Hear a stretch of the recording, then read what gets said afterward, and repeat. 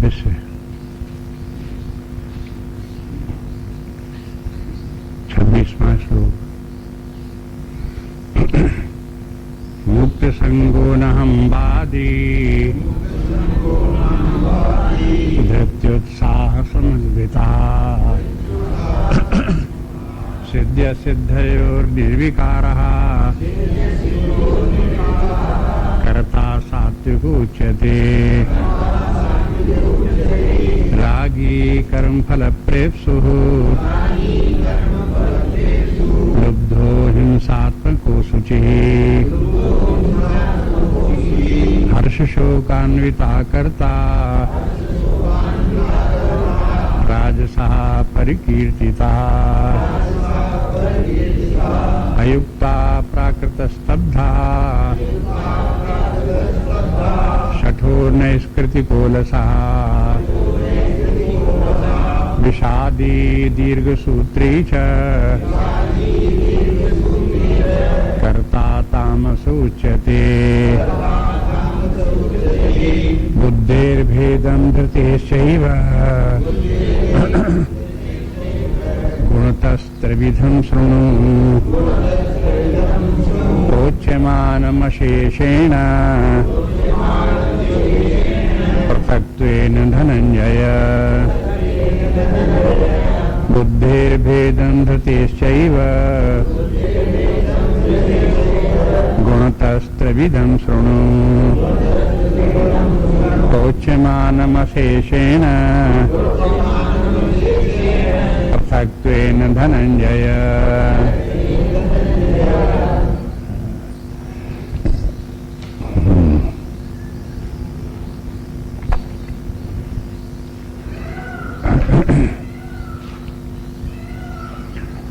सत्व तमस रजस ये जो गुण हैं इनके लक्षण तो समझना एक बात है, और उन लक्षणों का जो प्रभाव दिखाई देता है उनको समझ करके अपने जीवन को सुधारने की बात दूसरी है। सत्वगुण है, रजोगुण है, तमोगुण है। अगर तमोगुणी कोई व्यक्ति है तो अपने आप को तमोगुण दूर करके रजोगुणी बनावे, रजोगुणी है तो साधना करके अपने आप को सत्वगुणी बनावे। शास्त्र का उद्देश्य ये है कि धीरे धीरे व्यक्तित्व का विकास हो, सुधार की तरफ आगे बढ़े। अब इसमें सुधार करने में क्या करना होगा, तो अपनी बुद्धि को भी ठीक रखे, अपने कर्ता भाव को भी ठीक रखे, अपने कर्म को भी ठीक रखे। ये सब जो है उसके व्यक्तित्व के विभिन्न अंग हैं जिनके के द्वारा व्यवहारिक जीवन जिया जाता है। उन सबको ठीक रखे। ठीक रखे कि मैंने जान ले कि तमोगुण ये है, रजोगुण ये है, तो उस प्रकार से प्रवृत्त न हो। जो सत्वगुणी जो लक्षण बताए गए हैं वही जीवन में धारण करने योग्य हैं। इसलिए बार बार सत्वगुणी लक्षणों को धारण करने का अभ्यास करें। और फिर इसीलिए अनेक प्रकार की साधनाएं हैं। कभी कभी लोग पूछते हैं कि मन को शांत करने का क्या उपाय है, तो मन को शांत करने के लिए व्यक्ति को साधना करनी चाहिए। क्या साधना करनी चाहिए शांत करने के लिए मन को? तो हम मन को शांत रखने से थोड़ी शांत होता कि मन को जबरदस्ती शांत करके रखो तो नहीं रहता शांत। तो उसके शांत बनाने के लिए कि स्वभाव उसका शांत हो जाए, पूजा है, जप तप है, स्वाध्याय है, अध्ययन है, चिंतन है, निरंतर परमात्मा चिंतन है। ये ऐसी साधनाएं हैं जो व्यक्ति को सत्वगुणी बना देती हैं। इसलिए ये साधनाएं निरंतर करता रहे। जो व्यक्ति साधनाएं नहीं करेगा तो उसका क्या होगा? जो साधनाएं नहीं करेगा तो सांसारिक जीवन, आसक्तियों का जीवन, उसी प्रकार का उसका जीवन चलेगा जैसे रजोगुणी का होता है, जैसे तमोगुणी का होता है। तो जब वही की वृद्धि रहेगी तब व्यक्ति का स्वभाव भी रजोगुणी तमोगुणी स्वभाव भी बढ़ता ही रहेगा, जड़ होता रहेगा। इसलिए उनसे छुटकारा पाने के लिए साधना करने का विधान है। उसी को उद्देश्य में ध्यान में रख करके भगवान यहाँ समझाते हैं कि देखो किस किस प्रकार के कैसे कैसे करके ये सब कर्ता इत्यादि कैसे होते हैं। कल देख रहे थे कि 3 प्रकार के कर्ता होते हैं। कर्ता माने कर्म करने वाला। अब कर्म करने वाला जो है वो हो जो व्यक्ति है तो शरीर तो है नहीं, बुद्धि है। अब बुद्धि में अहंकार लेकर के अगर अपन कार्य करता है तो राजसी हो गया। अहंकार रहित होकर के और आसक्ति रहित होकर के कार्य करने लगा तो सत्वगुणी हो गया।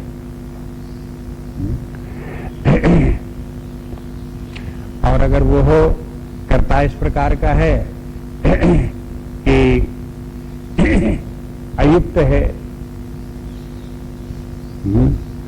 और वो व्यक्ति आलसी है, प्रमादी है, दीर्घसूत्री है, ऐसा करता है तो फिर तामसी है। तो तामसी फिर एक बार ध्यान रखना चाहिए कि भगवान ने इसको तामसी ऐसा क्यों बताया।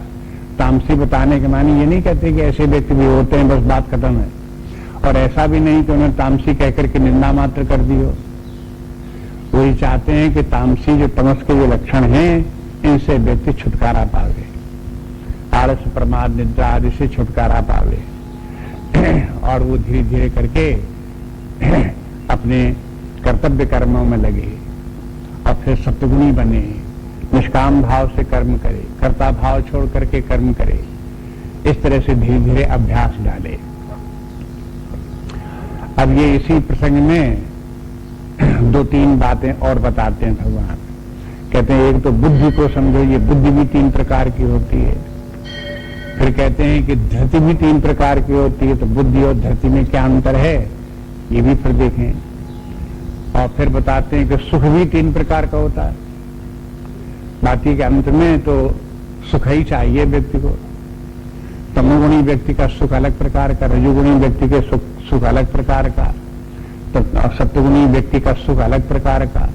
ये सुख भी अलग अलग प्रकार के हैं। ये ऐसे बता करके इस अध्याय में भगवान ने इन 3 गुणों का बहुत विस्तृत वर्णन कर दिया है।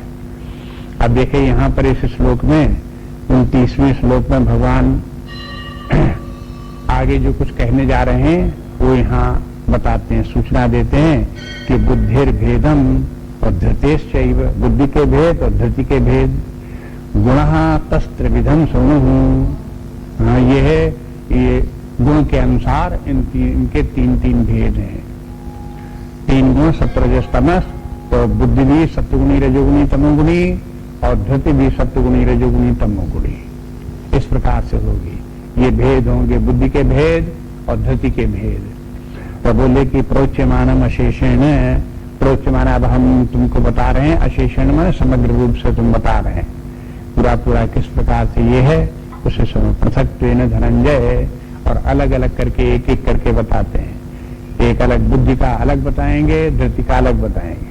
बुद्धि का बताएंगे तो सत्वगुणी बुद्धि कैसी होती है अलग बताएंगे, रजोगुणी कैसी होती है अलग बताएंगे, तमोगुणी कैसी होती है अलग बताएंगे। ऐसे पृथक्त्वेन माने विभाजन करके अलग अलग बता दिया था। अब यहां पर इतना ध्यान रखें कि जैसे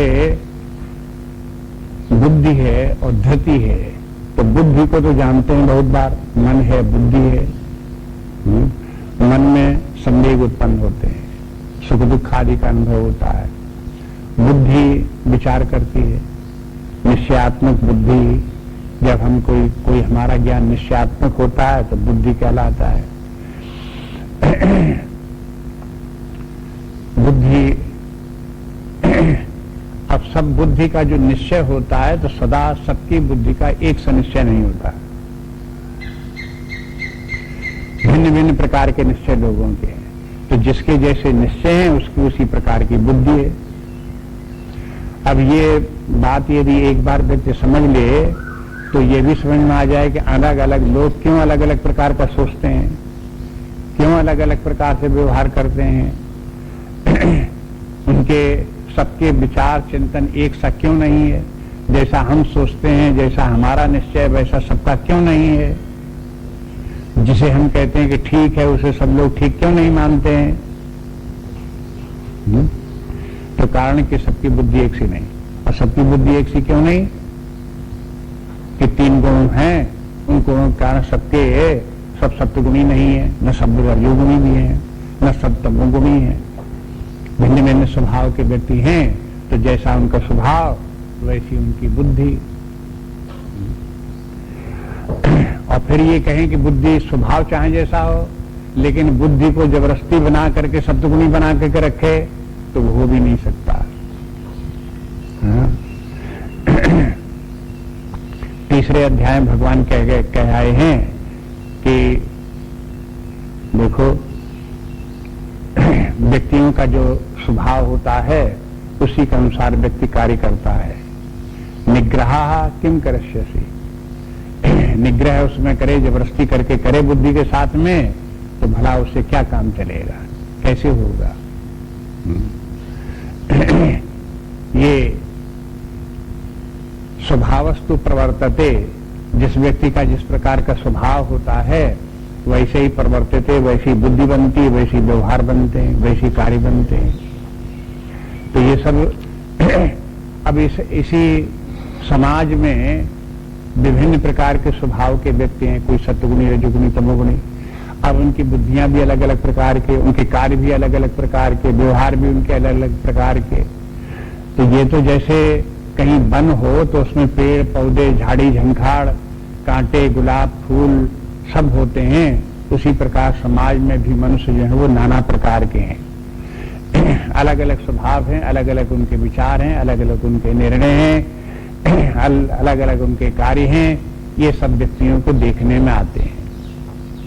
अब इसी समाज में के बीच में व्यक्ति को रहना है, तो वो उसमें किस प्रकार से रहे, क्या कहते हैं? अब ऐसा तो संभव नहीं है कि सब व्यक्तियों को अपनी बुद्धि के अनुसार बना दे, कि जैसे हमारी बुद्धि वैसी सबकी बुद्धि हो जाए। और कोई चैलेंज भी करे कि हम बुद्धि ठीक कर देंगे, इसकी हम ठिकाने लगा देंगे बुद्धि, तो कोई ठिकाने लगाए थोड़ी लगती है। वो तो जैसी जिसकी बुद्धि है तैसी बुद्धि रहेगी। किसी को इस प्रकार से प्रयास भी करना कि बुद्धि को ठिकाने लगा दे, नहीं लगा सकता। इसलिए उसमें ऐसे में व्यक्ति को सावधानी पूर्वक व्यवहार करना पड़ता है। एक तो वो हो जिससे ये समझ में आवे कि इसकी बुद्धि ठीक है, सद्विचार है, उससे व्यवहार रखते हैं तो उसे सत्संग कहते हैं, सत्पुरुषों का साथ कहलाते हैं। और जहाँ रजोगुणी बुद्धि है, तमोगुणी बुद्धि है, तहाँ उसके साथ में समझ लेते हैं कि यहाँ कुसंग है, यहाँ पे सावधान रह करके दूर रहना चाहिए।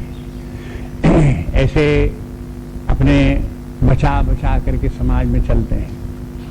जैसे कहीं कोई व्यक्ति सड़क पर जा रहा हो, सड़क पर कुत्ता भूख रहा हो, तो क्या करेंगे?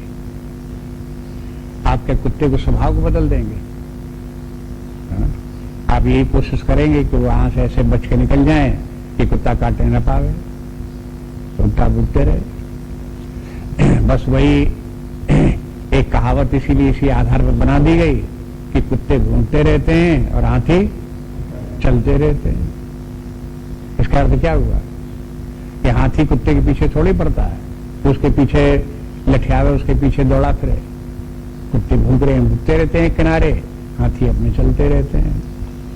बस ये सब इसी प्रकार की शिक्षा समाज में शास्त्र भी देते हैं और ऐसी कहावतें भी उसी अनुसार हैं। इसलिए व्यक्ति को धैर्य रखना चाहिए। तो आगे चल करके धैर्य की जरूरत पड़ती है। जब व्यक्ति बुद्धि को 3 प्रकार की पहचाने, तो पहचानने बुद्धि को जब पहचान लिया, 3 प्रकार की बुद्धि होती है, नाना प्रकार के व्यक्ति हैं, उनकी भी जैसी बुद्धि है तैसे उनके कार्य व्यवहार हैं। तब इसका निर्णय क्या निकला? हाँ, कि धैर्य रखो। धृति के माने है धैर्य रखो और धारण करो। आगे चल करके परिभाषा स्वयं भगवान देते हैं, धृति यया धारयते। धृति उसे कहते हैं जिससे कि धारण किया जाए। धारण किया माने जिससे कि व्यक्ति को धैर्य धारण किया जाए, जिससे कि व्यक्ति के अपने वाणी के ऊपर नियंत्रण रखा जाए, जिससे अपने मन के ऊपर नियंत्रण रखा जाए, जिससे अपने कार्यों के ऊपर नियंत्रण रखा जाए, उसका नाम धरती है। अब वहां पर देखेंगे 3 प्रकार की धरती में, धरती तो सब में होती है, लेकिन सत्वगुणी की धरती एक अलग प्रकार की है, रजोगुण की धरती अलग प्रकार की, तमोगुण की धरती अलग प्रकार की है। अब धारण क्या किए हुए हैं ये बात अलग अलग आएगी। सात्विक व्यक्ति धारण किए हुए पकड़े बैठा है, क्या पकड़े बैठा हुआ है? जो पकड़े बैठा है उसी से मालूम होता है कि इसकी धरती सात्विक है। रजोगुणी कुछ और ही पकड़े बैठा है, उसके अनुसार उसकी बुद्धि पता चलता है कि इसकी धरती जो है राजस है। ये नियम इस प्रकार के जो है ये है, इसलिए भगवान ने बुद्धि और धरती को एक साथ रखा, कहा कि इनको एक साथ समझो, बुद्धि को समझो और धरती को समझो। आचार्यों ने कहा कि देखो बुद्धि एक वृत्ति है,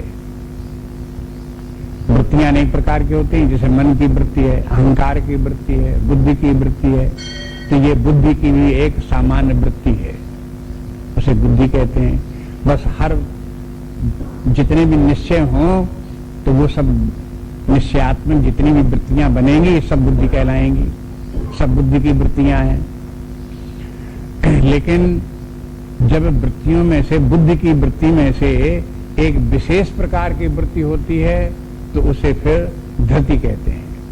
देखो जैसे पहले एक तो सामान्य वृत्ति है, उसी वृत्ति में से एक विशेष प्रकार की वृत्ति मन और अहंकार और बुद्धि इत्यादि की वृत्तियां हैं, तो ये विशेष प्रकार की हो गई।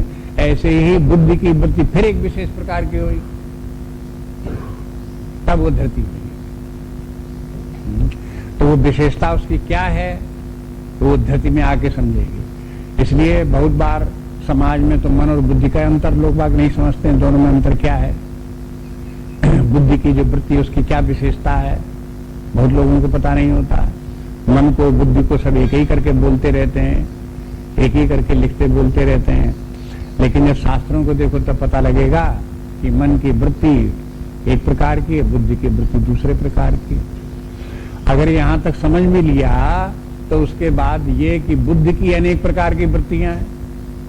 बुद्धि की एक वृत्ति विवेक भी है, बुद्धि की एक वृत्ति मेधा भी है, बुद्धि की एक वृत्ति धरती भी है। ये सब एक ही बात थोड़ी है, मेधा अलग बात है, विवेक अलग बात है, लेकिन है सब बुद्धि की ही बात, मन की बात नहीं। मेधा जो है वो हो बुद्धि की ही एक वृत्ति है, मन की वृत्ति नहीं है, अहंकार की वृत्ति नहीं है। ऐसी धरती भी जो है वो बुद्धि की ही एक वृत्ति है, मन की वृत्ति नहीं है।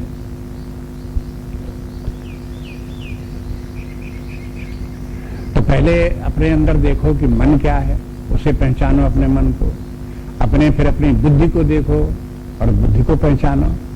और फिर इस बुद्धि को पहचान करके ये भी देखो कि बुद्धि के 3 प्रकार की बुद्धि होती, तामस भी होती है, राजस भी होती है, सात्विक भी होती है।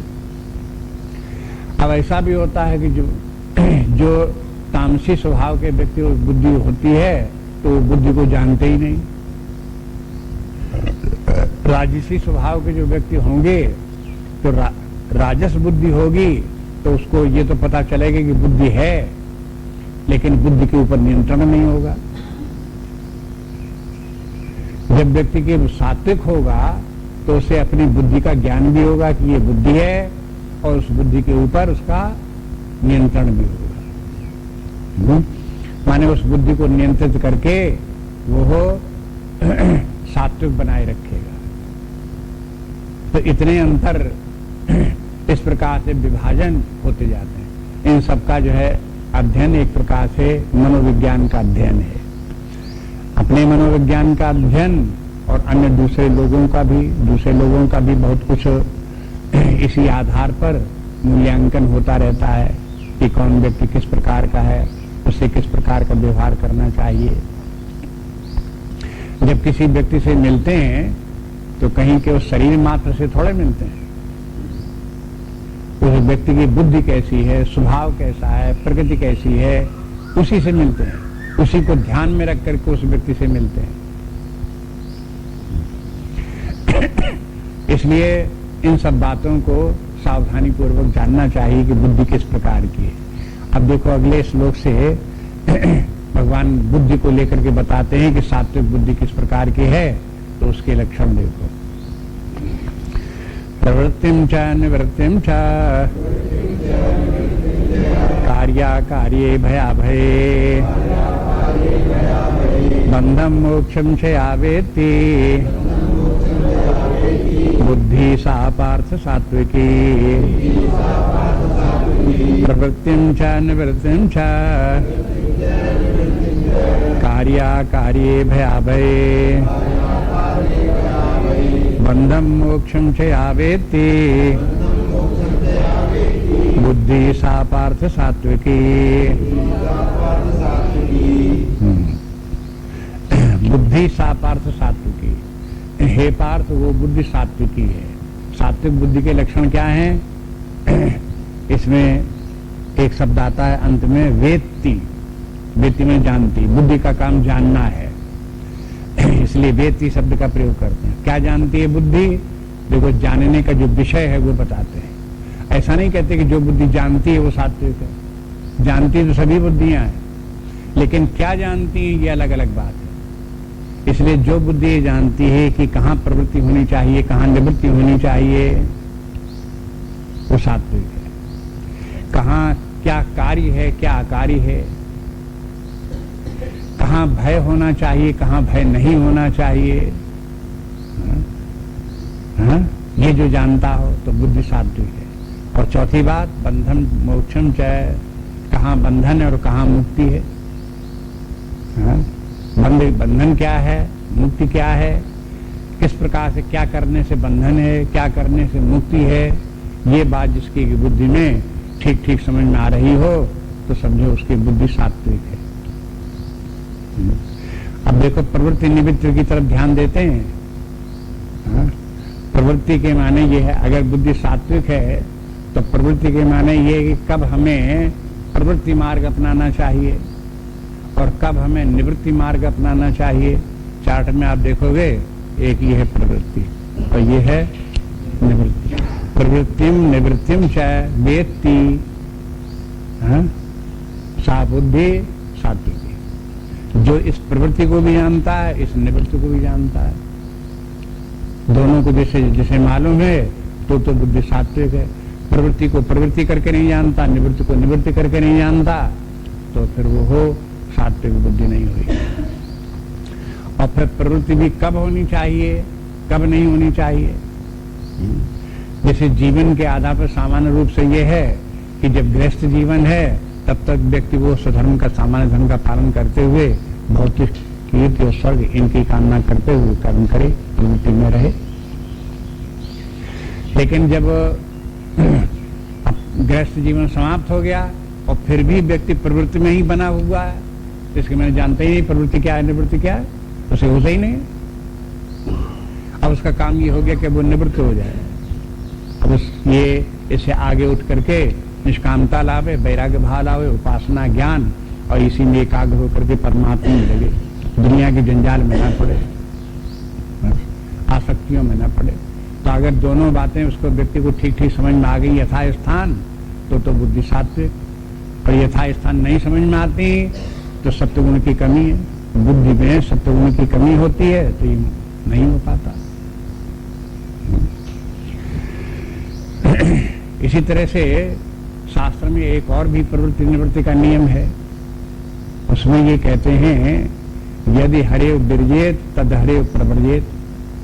अगर किसी व्यक्ति को कोई वृद्धावस्था की रास्ता न देखता रहे, किसी भी समय में, बाल्यकाल में, युवा काल में, जिस समय कि उसे वैराग्य हो जाए, अपने भीतर से बुद्धि में सत्वगुण अधिक होगा तो वैराग्य भी आ जाता है। जब वैराग्य आ जाए अपने भीतर से मन में, संसार में प्रवृत्त होना, इसके सुखों में, इनमें सब में पढ़ने की इच्छा न उसको हो, तब उसको क्या करना चाहिए? निवृत्ति मार्ग। उसी समय निवृत्ति आ गई मार्ग। तो अब निवृत्ति मार्ग का विवेक ये नहीं है कि कोई आयु के ऊपर ही प्रवृत्ति निवृत्ति निर्भर होती हो। उसे मालूम होना चाहिए कि प्रवृत्ति निवृत्ति निर्भर होती है व्यक्ति के अपने स्वभाव के ऊपर, किस समय उसकी बुद्धि किस प्रकार की। वैराग्य बुद्धि है तो उसे विरक्त हो जाना चाहिए, प्रवृत्ति मार्ग में नहीं पड़ना चाहिए। और कभी कभी उल्टा होता है, इसीलिए जब प्रवृत्ति निवृत्ति नहीं मालूम होती है तो निवृत्त स्वभाव का व्यक्ति यदि परिवार में पड़ गया, प्रवृत्ति में पड़ गया, तो फिर उसे कष्ट होता है, परेशानियां उसे होती हैं और असंतोष रहता है उसे। और अगर है प्रवृत्ति का बुद्धि से तो प्रवृत्ति मार्गी है, लेकिन निवृत्ति में पड़ गया, माने कहीं जो है वो आसक्तियां तो तमाम है भोग सुख संपत्ति की, लेकिन हो गया सन्यासी। हाँ, तो अब क्या करेगा वो? सन्यासी होकर के भी असंतुष्ट रहेगा, उसके मन में खींचातानी रहेगी, परेशान रहेगा। तो अब देखो कितना आवश्यक है प्रवृत्ति निवृत्ति को समझना, कि कहां कब प्रवृत्ति और कहां कब निवृत्ति। और प्रवृत्ति का ये भी प्रवृत्तिम निवृत्तिम वेत्ति के माने ये भी है कि प्रवृत्ति का फल क्या है और निवृत्ति का फल क्या है, ये भी मालूम होना चाहिए। अगर कोई प्रवृत्ति को जानता है तो उसके माने उसे ये भी मालूम होना चाहिए कि ये प्रवृत्ति है। प्रवृत्ति तभी है जब स्वधर्म सामान्य धर्म का पालन करे और ये तीन कामनाएं हो, तो इसके माने प्रवृत्ति को जानता है। निवृत्ति के माने क्या है? जब कहीं व्यक्ति विरक्त हो, ज्ञान विज्ञान उपासना आदि में लगा हो, इसी को से समझता हो, परमात्मा में उसको प्राप्त करने का निश्चय हो, तो समझो निवृत्ति मार्ग हो गया। अब वो कोई निवृत्त इसको ही निवृत्त कहने लगे, तो इसके मन जानते ही नहीं निवृत्त क्या है।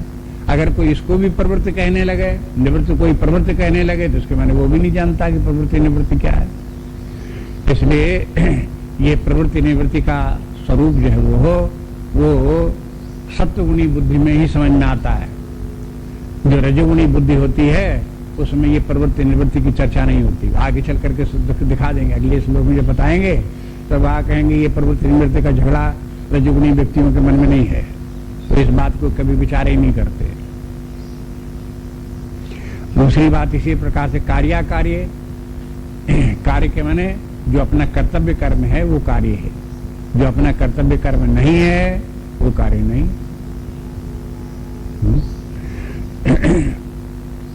अनाश्रिता कर्म फलम कार्यम कर्म करोति, यह 6वें अध्याय जब प्रारंभ होता है तो इस श्लोक से शुरू होता है। अनाश्रिता कर्म फलम कार्यम कर्म करोति। कार्यम कर्म करोति के माने जो कार्य कर्म है उसी को करता है। कार्य कर्म कौन सा? वो जो नियत कर्म है, जो अन्यत्र दूसरा शब्द उसके लिए प्रयोग करते हैं, नियतम कुरु कर्मत्वम कर्म ज्यायो ही कर्मणः। जो नियत कर्म है वो व्यक्ति का कार्य कर्म है। जो नियत कर्म नहीं है, अपना कर्तव्य कर्म नहीं, दूसरे का है, वो अनियत कर्म है। इसलिए जो व्यक्ति एक कर्म को, अपने कर्म को नियत समझता है, वही दूसरे व्यक्ति के लिए अनियत कर्म हो सकता है। अपने लिए जो अनियत कर्म समझ में आता है वही दूसरे व्यक्ति के लिए नियत कर्म भी हो सकता है। ऐसा नहीं कि चूंकि हमारा नियत कर्म यही है तो सबका नियत कर्म वही है, ऐसा नहीं होता। अगर ऐसा ही हो तो फिर उसमें ये नियत कर्म की बात ही नहीं, सबका जो जो कर्म है वो नियत कर्म सबका हो गया, एक ही कर्म सबका हो गया। लेकिन नियत और अनियत कर्म दो प्रकार के होते हैं। एक नियत कर्म अपना है, एक अनियत कर्म वो है जो कि हमारे लिए नहीं है, लेकिन वो नियत दूसरे व्यक्तियों के लिए नियत है, वो लोग उस कार्य को कर सकते हैं। तो ऐसे भी जो गलती करते हैं, सत्वगुणी बुद्धि होगी तो बात समझ में आ जाएगी कि ये नियत कर्म हमारा है तो इसे हमें करना चाहिए, और दूसरा व्यक्ति जो कर रहा है वो उसका नियत कर्म है इसलिए वो कर रहा है। अब उसके नियत कर्म को बता मैं कि तुम गलत कर रहे हो, हाँ? तो ऐसे नहीं है। क्योंकि अलग अलग लोगों के अलग अलग नियत कर्म हैं, इसलिए अपने अपने नियत कर्म को देख करके ये मत समझो कि सबके यही नियत कर्म है।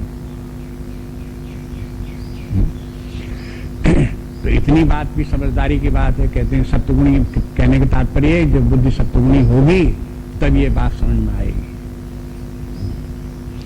दूसरे भया भय, भय कहाँ भय होना चाहिए और कहाँ भय नहीं होना चाहिए, देखो ऐसा भी विवेक होना चाहिए।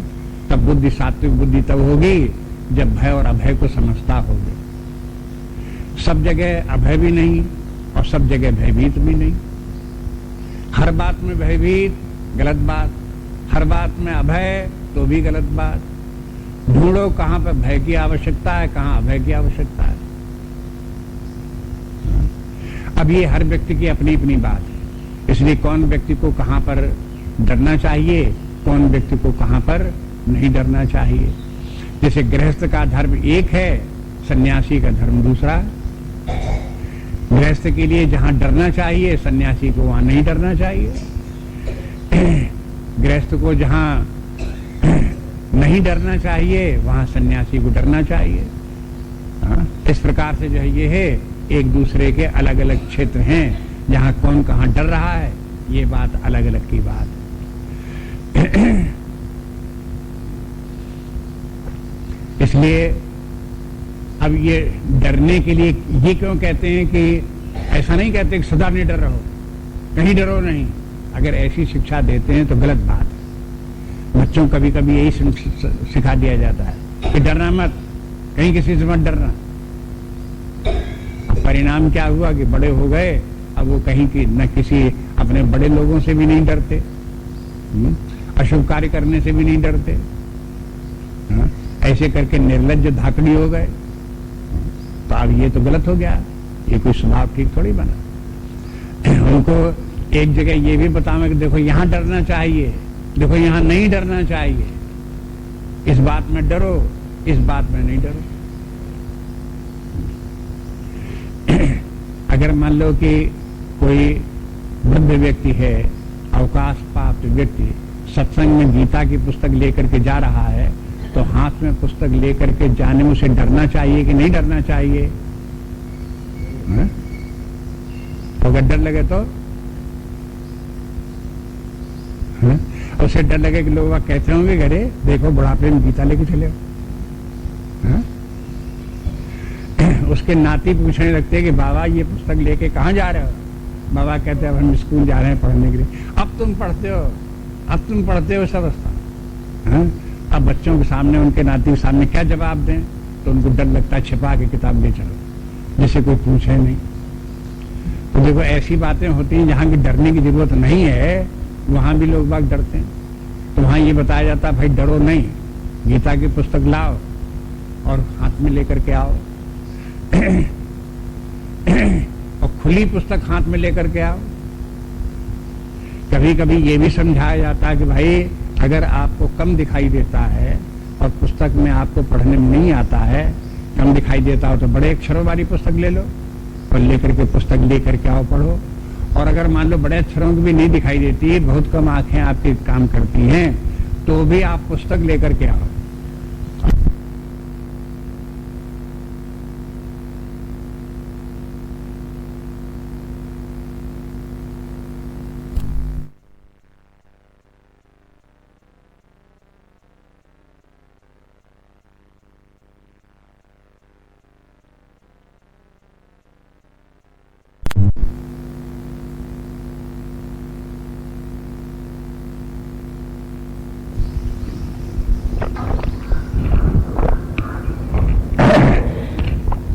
जब दूसरे लोग देखेंगे, कहेंगे कि देखो इनको बहुत कम दिखाई देता है तो भी पुस्तक लेकर के आते हैं, तो हमको तो खूब दिखाई देता है, तो हमें तो पुस्तक लेके आना चाहिए। तो दूसरे लोगों के लिए मार्गदर्शन के लिए भी कुछ कार्य करने पड़ते हैं कि हम करेंगे तो उसको देख करके दूसरे लोगों को प्रेरणा मिलेगी। कभी इस प्रकार से विचार किया कि ऐसे कार्य करो जिसको देख करके दूसरों को प्रेरणा मिले। अब ऐसे नहीं कि एक दिन गीता की पुस्तक दे के चले, आसपास देखा कितनी प्रेरणा मिली लोगों को। आपके साथ 10-20 लोग हो लिए कि नहीं हो लिए सत्संग जाने के लिए, और कोई नहीं हो लिया, तो आपने दूसरा कोई किसी प्रेरणा ना कुछ नहीं होती। ऐसे नहीं अर्थ निकलता। प्रेरणा जब लोगों को होती है, धीरे धीरे धीरे धीरे धीरे धीरे होती है, देखते देखते देखते देखते बहुत दिनों के बाद होती है, एकदम जल्दी में नहीं हो जाती। इसलिए कहां डरना चाहिए, कहां नहीं डरना चाहिए, ये विचार करो।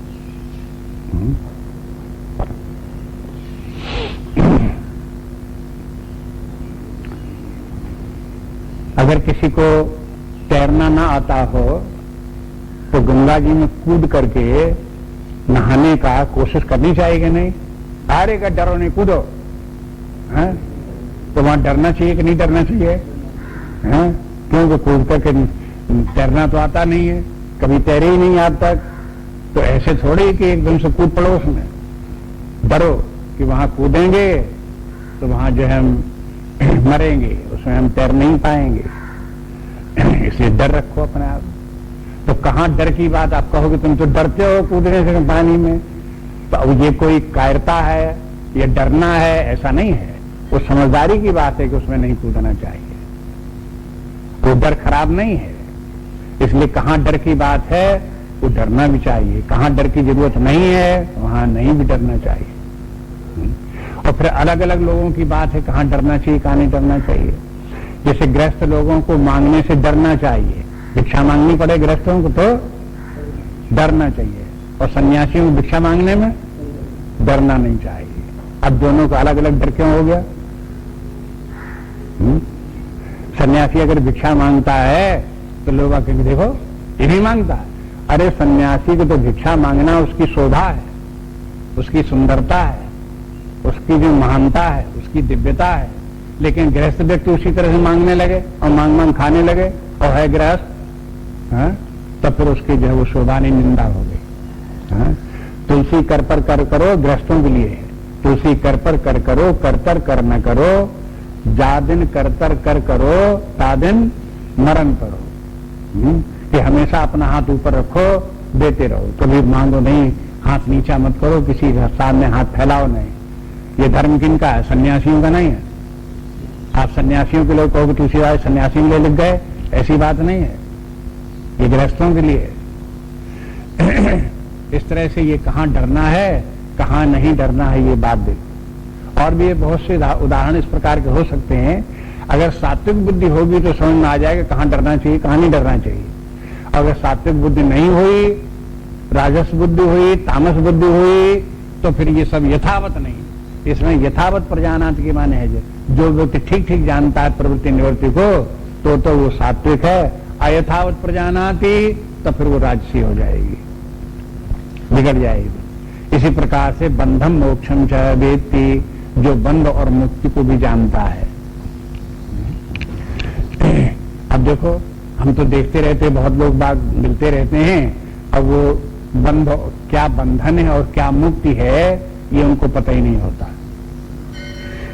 बंधन में है, कर्म बंधन में है, पुनर्जन्म के बंधन में है, अपनी प्रकृति के बंधन में है, लेकिन वो लोग समझते हैं हम कहाँ बंधन में, हमें कौन सा बंधन, हम तो आजाद हैं। कभी कोई बंधन से अपने आप को मुक्त बताने के लिए कहता है कि हमें जो मर्जी आती सो करते हैं, देखें मुझे कौन रोक लेगा। वो समझते हैं कि ये देखो मुक्ति है। तो ये मुक्ति थोड़ा ही है कि देखें कौन रोक लेगा, हम जो चाहेंगे सो करेंगे, ये मुक्ति नहीं है। मुक्ति तो तब है जब व्यक्ति कर्म के बंधन में न हो, अज्ञान में न पड़ा हो, जब व्यक्ति पुनर्जन्म के बंधन में न हो, तब वो व्यक्ति मुक्त है। तो बंधन क्या है और मुक्ति क्या है, इसे ठीक ठीक सत्वगुणी बुद्धि होगी तब समझ में आवेगा। सत्वगुणी बुद्धि के माने सूक्ष्म बुद्धि, अंतर्मुखी बुद्धि, क्योंकि ये बंधन तो व्यक्ति को अपने भीतर है। अपने जो है वो हो, अगर कर्म के बंधन में है तो व्यक्ति अपने भीतर ही देखेगा, तब पता चले कर्म के बंधन में है कि नहीं है, सुख दुख के बंधन में है कि नहीं, बंधन में अपने स्वभाव के बंधन में है कि नहीं है। जैसा स्वभाव हमारा है वैसे हमें करना पड़ता है, वैसे बोलना चलना पड़ता है, ये उसका भी एक बंधन है।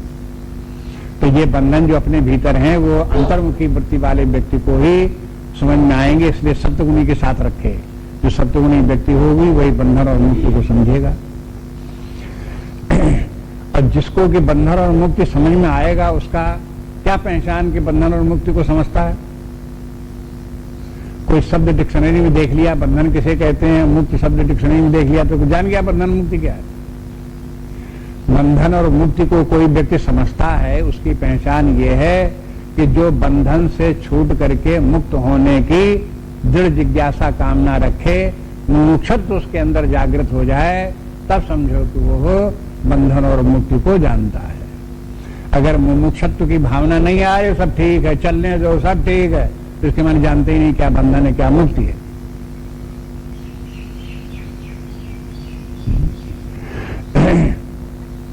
इसलिए इसके बंधन और मुक्ति को भी समझने के लिए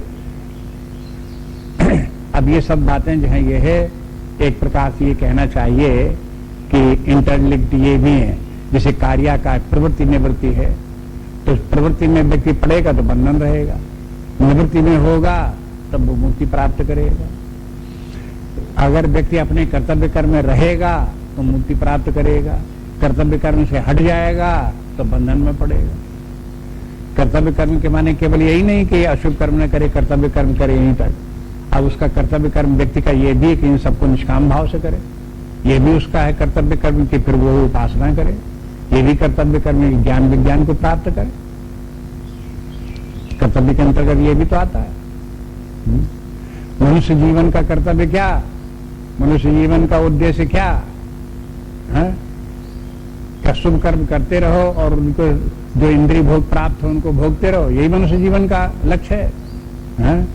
इसका लक्ष्य मनुष्य जीवन का जो है ये है कि मुक्ति प्राप्त करो, परमात्मा की प्राप्ति करो, आत्मज्ञान की प्राप्ति करो, ये मनुष्य जीवन का लक्ष्य है। जब ये लक्ष्य मनुष्य जीवन का है तो उसको प्राप्त करने के लिए जो प्रयास करता है तो कार्य कर्म है, और जिसके लिए प्रयास नहीं करता वो अकार्य हो गया। इस प्रकार से एक दूसरे से जोड़ करके इनको सबको देखो, दो दो के जोड़े जो है वो एक दूसरे के साथ में इसी प्रकार के सभी हैं। इसी प्रकार से भया भय, कहाँ भय होना चाहिए कहाँ अभय होना चाहिए, कि देखो माया जाल में व्यक्ति अगर फंस गया है, फंस रहा है तो उसे वहां डरना चाहिए। अभय कहाँ होना चाहिए, आत्मज्ञान में, परमात्म ज्ञान में स्थित रहे, वहां अभय रहे। उसे व्यक्ति को पता होना चाहिए जब परमात्म भाव प्राप्त होगा, आत्मज्ञान प्राप्त होगा तभी अभय होगा, और जब तक वो प्राप्त नहीं, अज्ञान है, माया मोह में पड़े हुए हैं, जंजाल में बंधे हुए हैं, तब तक भय है। भय से, इस भय से व्यक्ति को छूटने की कोशिश करनी चाहिए।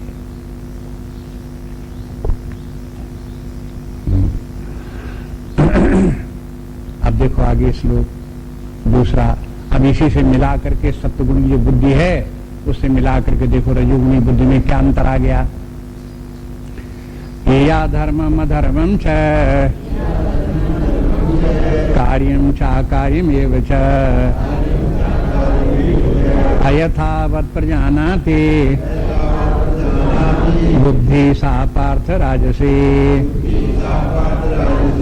या धर्मम अधर्मम च कार्यम चाकार्यमेव च अयथावत् प्रजानाति बुद्धि सा पार्थ राजसी। यया माने जिस बुद्धि से, यह माने जिस बुद्धि से धर्मम और अधर्मम च, धर्म और अधर्म को, तथा कार्यम च अकार्यम च, कि कार्य क्या है अकार्य क्या है, इसको अयथावत प्रजाना। अयथावत यथावत नहीं, यथावत नहीं जानता, अयथावत जानता है, तो कहते हैं बुद्धि सा पार्थ राजसी। अब इसको सात्विक वाले से जोड़ लो तो वहां पर कार्याकार्य कहा था कि कार्याकार्य वेत्ति है, तो अब वो कार्य, वो जितने भी थे प्रवृत्ति निवृत्ति कार्याकार भयाभय और बंध मुक्त को यथावत प्रजानाति तो बुद्धि सात्विक, और उन्हीं को अयथावत प्रजानाति तो बुद्धि राजसी होगी। अयथावत जानने के माने ठीक ठीक नहीं जानता है, अगर जानता भी है बंधन और मुक्ति को तो ठीक ठीक नहीं जानता, कुछ और ही समझ रहा है। बंधन की धारणा कुछ और ही है, मुक्ति की धारणा कुछ और ही है। इसी प्रकार से प्रवृत्ति की धारणा, निवृत्ति की धारणा उसकी व्यक्ति की कुछ और ही है, ठीक ठीक नहीं समझता, तो समझो को राजसी बुद्धि है। तो इसके माने राजसी बुद्धि जो शास्त्रों का ज्ञान है वो ठीक ठीक बुद्धि नहीं धारण कर पाती है। जब सात्विक बुद्धि होगी तभी शास्त्रों को ठीक ठीक समझ पाएगी। नहीं तो चाहे जितनी शास्त्र समझाई जाए, चाहे जितनी व्याख्याएं लिखी जाएं, लेकिन राजसी व्यक्ति जब उन व्याख्याओं को पढ़ेगा सुनेगा तो वो अपनी राजसी बुद्धि के अनुसार अवधारणा बना लेगा कि देखो ऐसा कहा गया, यहां ऐसा कहा गया। जैसे पिछले दिनों में प्रसंग आया कि पाप का फल क्या है, तो पाप का फल दुख नहीं समझते, पाप का फल के माने समझते हैं कहीं कोई हानि हो गई, कहीं कोई व्याध उत्पन्न हो गई, कि देखो ये पापों का फल का। इतना समझाया कि पाप का फल वो सब नहीं है, दुनिया में बनना बिगड़ना तो लगा ही रहता है, उसको पाप पुण्य मत समझो। अगर जहां बिगड़ रहा है उसको समझ करके दुखी हो गए तो ये तुम्हारा जो है ये पाप घिरे उदित हुए, उनका फल ये है। अगर आप सुखानुभूति अपने में कर रहे हो, कोई भी स्थिति हो, भली बुरी कुछ भी हो, लेकिन सुखी हो, तो इसके माने पुण्य का प्रभाव है। तो थोड़ी देर सुना तो क्या वो रजोगुणी बुद्धि में ये बात टिकेगी? वो रजोगुणी बुद्धि में ये नहीं टिकेगी कि देखो पाप पुण्य के कारण सुख दुख हो सकते हैं और बिना बाह्य कारण के भी हो सकते हैं, ये बात नहीं समझ में आ सकती उसको। जब सत्वगुणी बुद्धि होगी तभी समझ में आएगी। रजोगुणी बुद्धि में तो वो व्यक्ति फिर लुढ़क के वहीं आ जाएगा। अगर समझेगा तो अयथावत प्रजानाति, ये माना कि उसके पाप पुण्य के फल होते हैं, लेकिन पाप पुण्य का फल क्या होता है? अगर कोई बिगड़ गई कोई चीज तो ये पाप का फल बन गई, तो ये पुण्य का फल, बस वहीं फिर आगे अटक गए। तो ये जानना एक बात है और ठीक ठीक जानना एक बात। ठीक ठीक जानना तभी होगा जब सत्वगुणी बुद्धि होगी। सत्वगुणी बुद्धि नहीं तो ठीक ठीक कहां से जानना? इसलिए अयथावत प्रजानाति बुद्धि, तो ये अयथावत प्रजानाति सत्वगुण में जितनी बातें बताई सबके साथ में लगता। भय भय को मानता है लेकिन अयथावत प्रजानाति, ऐसे कार्याकार्य को जानता है लेकिन अयथावत प्रजानाति, ठीक ठीक नहीं समझता, कंफ्यूजन उसकी माइंड में, और शंका भी करता रहता है। जो रजोगुणी स्वभाव का व्यक्ति है वो कार्याकार्य पर विचार भी करेगा तो कहेगा कि कुछ बात समझ में नहीं आती। कहते तो जरूर है पाप का फल दुख होता है और पुण्य का फल सुख होता है, लेकिन ये देखते हैं कि बहुत से पापी हैं बड़े सुखी हैं। तो ये क्या चीज है? ये कंफ्यूजन है। ये कंफ्यूजन कैसी बुद्धि में उत्पन्न होगा? रजोगुणी बुद्धि में। ये सत्वगुणी बुद्धि का लक्षण नहीं है। इसलिए इस प्रकार के जो है ये है रजोगुण की स्थिति जब बुद्धि होगी तो उसके निर्णय दूसरे प्रकार के होंगे। वो व्यक्ति बोलेगा भिन्न प्रकार से। सत्वगुणी होगा तो उसके निर्णय भिन्न प्रकार के होंगे, उसकी समझ अलग प्रकार की होगी। ये अलग अलग करके देखो, अब सावधानी से आप देखोगे तो ऐसा दिखाई देगा कि ये सब बातें जैसे शास्त्र में बताई गई हैं उसी प्रकार से समाज में लोगों में जगह जगह लोगों में देखने में भी आती है इसी प्रकार।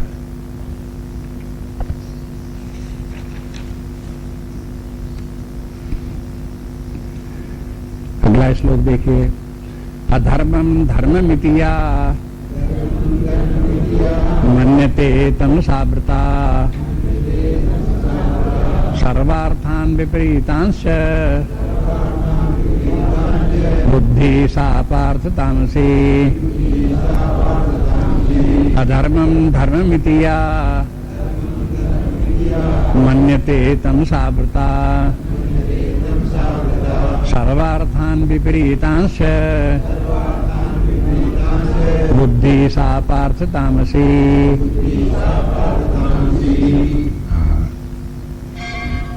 इसमें तामसी बुद्धि होगी तो क्या हो गया? सर्वार्थान विपरीतांश, सब बात उल्टी ही समझ में आवे तब तामसी बुद्धि होगी। देखो इन 3 श्लोकों में एक संकेत इसी बात का दिया गया, यथावत प्रजानाति, अयथावत प्रजानाति, और फिर उसके बाद विपरीतांश से प्रजानाति। सात्विक बुद्धि है तो यथावत प्रजानाति, जो बात जैसी वैसी समझे। अयथावत प्रजानाते तो हो गया राजसी, और विपरीत समझ रहा है कुछ, उसकी बिल्कुल उल्टा समझ रहा है तो तामसी हो गया। इसलिए तामसी का उदाहरण बताया। अधर्मम धर्ममिति। अधर्म को ही जो व्यक्ति धर्म समझता है वो तामसी, इसलिए तामसी व्यक्ति को इस कोट में रखते हैं। अधर्म को ऐसा नहीं अधर्म को अधर्म समझ करके करता हो, वो अधर्म को ही धर्म समझता है और उसकी तामसी बुद्धि जो है उस अधर्म को धर्म कैसे समझ लेगी? जब अधर्म है तो धर्म को समझ ले, ऐसे समझ लेगी कि देखो ये अधर्म सत्वगुण, सतयुग में तो ये अधर्म था लेकिन कलयुग में आकर के ये धर्म हो गया है, इसलिए आजकल ऐसा ही करना चाहिए। देखो तर्क मिल गया ना उसे, तर्क का आधार। तमोगुणी व्यक्ति भी तर्क करेगा लेकिन ऐसे तर्क करेगा, अधर्म को तो धर्म मानेगा और उसका आधार मान लेगा कलयुग है भाई क्या करेंगे, तो ऐसे हो गई। कितने भ्रष्टाचारी लोग हैं समाज में, हाँ? वे ऊपरी आमदनी के टोप में रहते हैं, उनसे कहो भाई ऐसा क्यों करते हो, कहते क्या न करें, न करें तो फिर समाज में रह कैसे सकते हैं, जिंदा कैसे रहें, ये तो करना ही पड़ेगा। ऐसी विपरीत धारणा कहां से बन गई? इसलिए कहते हैं देखो ये विपरीतांश बुद्धि सापार्थ तामसी अधर्मम धर्मेति। अधर्मम धर्मेति, इसका उल्टा ये भी है कि धर्म को वो अधर्म मानता है, अधर्म को धर्म मानता है। ऐसे या मन्यते तमसाव्रता, तो जो इस प्रकार से उल्टा करके मानता तो क्यों मानता? तमसाव्रता। यहाँ तमस के माने क्या है? बुद्धि सापार्थ तामसी तो है ही है, लेकिन वो उल्टा धर्म को अधर्म क्यों मानता है? कि तमसाव्रता। तमस के माने अज्ञान है, अज्ञान, मूढ़ता के कारण घोर अज्ञान छाया हुआ है, इस कारण से वो अधर्म को धर्म समझ रहा है। तमस शब्द अज्ञान के अर्थ में भी प्रयोग होता है। अज्ञान अंधकार में डूबा हुआ व्यक्ति, उसकी बुद्धि विपरीत कार्य करती है, बस ये उसका तमोगुणी लक्षण हो गया। ऐसे अब धृति को देख लो थोड़ा। धृत्यायया धारयते मना प्राणेन्द्रिय क्रिया योगेनाव्यविचारिण्या धृति सा पार्थ सात्विकी। धृत्यायया धारयते मना प्राणेन्द्रिय क्रिया योगेनाव्यविचारिण्या धृति सा पार्थ सात्विकी। धृति क्या है ये पहले बता दिया, पहले फ्रेज में कि धृत्यायया धारयते। धृति वो बुद्धि है जिसे कि धारण किया जाए। अब क्या धारण किया जाए, हाँ ये बात अलग अलग है। तो धारण करने के लिए जहां मनः प्राणेन्द्रिय क्रिया धारयते, जब कोई व्यक्ति अपने मन, प्राण, इंद्रियां, अपने कार्यों के ऊपर नियंत्रण रखता है, तब तो उसकी धृति सात्विक हो गई। लेकिन ऐसी सात्विक धृति व्यक्ति को कब प्राप्त होगी? देखो एक साधना भी बता दी, योगेन अव्यविचारिण्या धृति ही। योगेन, जब व्यक्ति योग साधना करेगा तब व्यक्ति को इस प्रकार की सात्विक बुद्धि प्राप्त होगी, सात्विक धृति प्राप्त होगी, तब उसको अपने इंद्रियों पर, मन बुद्धि के ऊपर नियंत्रण रहेगा, नहीं तो नियंत्रण नहीं रहेगा। इसलिए योग का अर्थ क्या है? हाँ? योग सब जिस समय की व्यक्ति इन तीनों की कामना छोड़ करके परमात्मा की कामना से कार्य करने लगता, वहां से योग शुरू हो जाता है। निष्काम कर्म योग शुरू हो गया पहले, तो उसके बाद भक्ति योग हो गया, ज्ञान योग हो गया, अष्टांग योग हो गया, तो ये सब योग हैं। योग के माने परमात्मा को पहचान प्राप्त कराने वाले, परमात्मा को प्राप्त कराने वाले जो साधन हैं वो योग कहलाते हैं। तो जब योग साधना कोई व्यक्ति करता है तब उसको इस प्रकार की सामर्थ्य प्राप्त होती, धृति प्राप्त होती सात्विक की। योगेन अव्यविचारण्या धृति ही, एक ये लक्षण धृति का भी, सत्वगुणी धृति जो है अव्यविचारण्या है, माने जहां धृति है वहां धृति बनी रहे। जैसे इंद्रियों, मन में, प्राण में, इंद्रियों में, क्रियाओं में, इनमें धृति है तो उनमें धृति बनी रहे तो अब व्यभिचारिणी है। और जो कभी रहे और कभी न रहे, हाँ, फिर कभी हो जाए फिर कभी न रहे, तो ये क्या हुआ? व्यभिचारिण्य होगा। माने जहां व्यभिचारिणी धृति हो जाएगी तो रजोगुण की स्थिति में चली जाएगी। अब व्यभिचारिणी धृति रहेगी, स्थिर रहेगी, स्थायी धृति रहेगी, तो वो सात्विक रहेगी।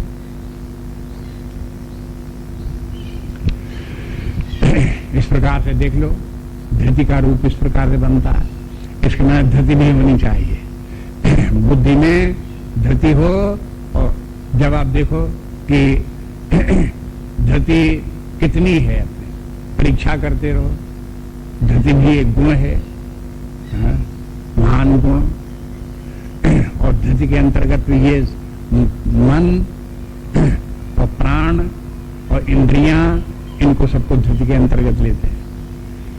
इनके ऊपर नियंत्रण रखे, शरीर के ऊपर नियंत्रण रखे, प्राण के ऊपर नियंत्रण रखे, कर्मेंद्रियों पर नियंत्रण रखे, ज्ञानेंद्रियों पर नियंत्रण रखे, इनके ऊपर नियंत्रण रखे और लगातार नियंत्रण रखे, तब सात्विक हुआ। और अगर इनका नियंत्रण जो है कभी रहा कभी न रहा, तो सात्विक नहीं रहेगा, बिगड़ जाएगा नियंत्रण। अब इसी से मिला करके देखो, अगर धृति राजसी हो जाएगी तो क्या हो जाएगा? आगे के श्लोक में है, ये या तू धर्म कामार्थान धृत्या धारयते अर्जुन प्रसंगेन फलाकांक्षी धृति सा पार्थ राजसी। ये या तू धर्म कामार्थान धृत्या धारयते अर्जुन प्रसंगेन फलाकांक्षी धृति सा पार्थ राजसी। ये या मन जिसके द्वारा, जिस धृति से धर्म काम अर्थ, जिस धृति के द्वारा यया धृत्या धर्म काम अर्थान धारयते, जिस धृति के द्वारा धर्म अर्थ और काम को धारण किया जाता है, वो धृति जो है राजसी है। अब दोनों मंत्र देख लो। राजसी के माने व्यक्ति, राजसी के माने इस स्तर का व्यक्ति, हाँ, और उनको भौतिक सुख, यश कीर्ति, स्वर्ग, इनकी कामना रखता हो, तो धर्म अर्थ और काम ये किसके अंतर्गत आते हैं? चार पुरुषार्थों में से धर्म अर्थ काम ये अभ्युदय के अंतर्गत आते हैं, भौतिक संपन्नता के लिए आते हैं। और जो चौथा पुरुषार्थ परम पुरुषार्थ है, वो मोक्ष पुरुषार्थ है, वो इसके अंतर्गत नहीं आता। मोक्ष पुरुषार्थ फिर यहां पहुंच गया, जो परमार्थ में आ जाता है। चौथा पुरुषार्थ उधर है। तो जो चौथा पुरुषार्थ के माने जो मोक्षकामी हैं, उनकी धृति, मोक्ष के लिए जो इंद्रियों इत्यादि का निग्रह किए हुए हैं, उनकी तो धृति सात्विक हो गई। लेकिन जिनकी जो इनके भौतिक सुख, यश कीर्ति, स्वर्ग आदि चाहते हैं, धर्म अर्थ काम चाहते हैं, उनके द्वारा ऐसे लोगों की जो है धृति राजसी हो गई। इस स्तर पर आ गए और फिर कहने लगे कि प्रसंगेन, प्राक हटा दो तो देखो क्या है? संगेन, संग के माने क्या है? आसक्ति। हाँ? जिस धृति में आसक्ति हो, आसक्ति को पकड़े बैठा रहे, और आसक्ति के साथ में प्रास लगा दिया तो प्रा के माने क्या होगा? प्रकर्षण आसक्ति, बड़ी जबरदस्ती आसक्ति से, बहुत आसक्ति लेकर के कहीं किसी वस्तु को पकड़े हुए है, तो वो राजसी धृति हो गई। आसक्ति भी पकड़ती है। आसक्ति जहां जिसमें आसक्ति होती है उसको पकड़े बैठी होती है। तो क्यों पकड़े होते? तो धृति के कारण से, उसकी बुद्धि में धृति है और वो ऐसे पदार्थों को पकड़े बैठी है जहां पर आसक्ति है। जैसे परिवार है, पुत्र आदि है, धन संपत्ति है, भवन आदि है, यश कीर्ति आदि है, सम्मान आदि है। तो ये सब जो है जितने भी स्थान हैं, इनमें व्यक्ति की जहां जहां आसक्ति हो गई है, उन आसक्तियों को पकड़े बैठा हुआ, खूब मजबूती पकड़े, छोड़ने को तैयार नहीं। मालूम हो गया कि ये आसक्तियां छोड़ देनी चाहिए, बिना आसक्ति छोड़े सत्गुण नहीं आएगा, परमार्थ की सिद्धि नहीं होगी, तो भी कहते कि नहीं छूटती। साहब क्या करें, आसक्ति नहीं छूटती। लोग बात साफ बोल देते हैं कभी कभी कि आसक्ति है, बड़ी प्रबल आसक्ति है, छूटती नहीं। क्या करें, नहीं छूटती, वह छुट्टी हो गई। अब क्या करें, नहीं छूटती है, इसके माने क्या? इस माने शास्त्र कहता है कि देखो तुम्हारा राजसी स्वभाव है, इसलिए तुम्हारा निर्णय ये है कि नहीं छूटती। अगर सात्विक धृति होती तो तुम्हारा ही छूट जाती सब आसक्ति वासक्ति। जिन लोगों में इस प्रकार की आसक्ति नहीं, आसक्ति जिन लोगों ने छोड़ दी, वो कैसे छोड़ दी? उन सत्व में प्राप्त करके तब छोड़ दी। इसलिए प्रसंगे न और फलाकांक्षी में फल की कामना। जिस धृति में फल पकड़े बैठा हुआ, आप कहो कि भाई निष्काम कर्म योग करो, कर्म के फल पर आसक्त मत रहो, उसकी कामना मत करो, उस पर निर्भर न रहो, तो फिर कैसे न रहे? वो तो कामना, फल की कामना तो रहेगी। ऐसा तो हो ही नहीं सकता कि फल की कामना न हो कर्म किया जाए, हो ही नहीं सकता। तो जो बुद्धि कहेगी हो ही नहीं सकता, कौन बुद्धि कहेगी? राजसी बुद्धि कहेगी, हो ही नहीं सकता। अब सात्विक बुद्धि हो तब उसको समझ में आवे कि कर्म फिर भी हो सकता है, कर्म फल की बिना आसक्ति के भी कर्म हो सकता है। इसलिए कहते हैं ये जो है धृति सा पार्थ राजसी। अब देखे तामसी धृति किस प्रकार की हो गई। यया स्वप्नम भयम शोकम विषादम मदमेव च न विमुंचति दुर्मेधा धृति सा पार्थ तामसी। यया स्वप्नम भयम शोकम विषादम मदमेव च न विमुंचति दुर्मेधा धृति सा पार्थ तामसी। तामसी भी धृति होती है। अब धृति में पकड़े बैठा है, तामसी स्वभाव का व्यक्ति है, तो क्या पकड़े बैठा हो?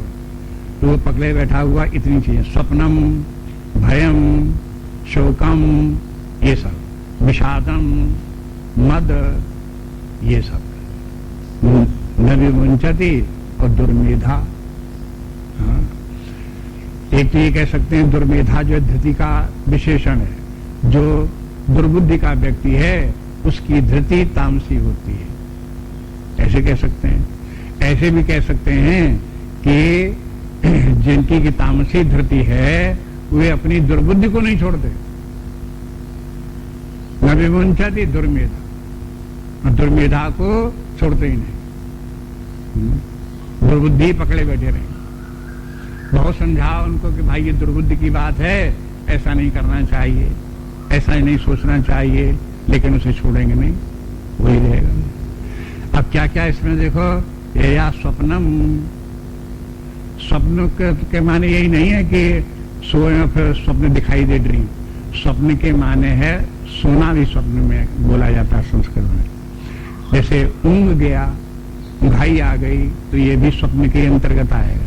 सो गया तो वो भी स्वप्न के अंतर्गत, सुषुप्तावस्था में पहुंच गया तो भी स्वप्न के अंतर्गत। तो इसलिए स्वप्न शब्द कभी कभी इस प्रकार से इनके सभी के लिए जितने सोने की जितनी अवस्थाएं हैं उन सब अवस्थाओं के लिए स्वप्न शब्द का प्रयोग कर देते हैं। स्वपति, जागृत स्वपति के मैंने सोता, उसमें उपनिषद में ही समझाया बताया कि स्वपति किसे कहते हैं। जैसे ये है स्वप्नम, तो जो स्वपति माने जो सोता है वो स्वप्नम। अब ये स्वप्न शब्द को देखो कि स्वपति के अर्थ में प्रयोग किया जाता है। और फिर स्वप्न का अर्थ ये भी है कि अगर कोई डे ड्रीमिंग करता है, बैठे बैठे कल्पना करता है, ऐसा होगा तो ये हो जाएगा, ऐसा होगा तो वो हो जाएगा, वैसा नहीं वैसा। अब ऐसे बैठे बैठे कल्पना उड़ा रहा है, तो ये क्या है? डे ड्रीमिंग जो ये भी स्वप्न के अंतर्गत। ये क्यों होता है? कि तमोगुण के कारण।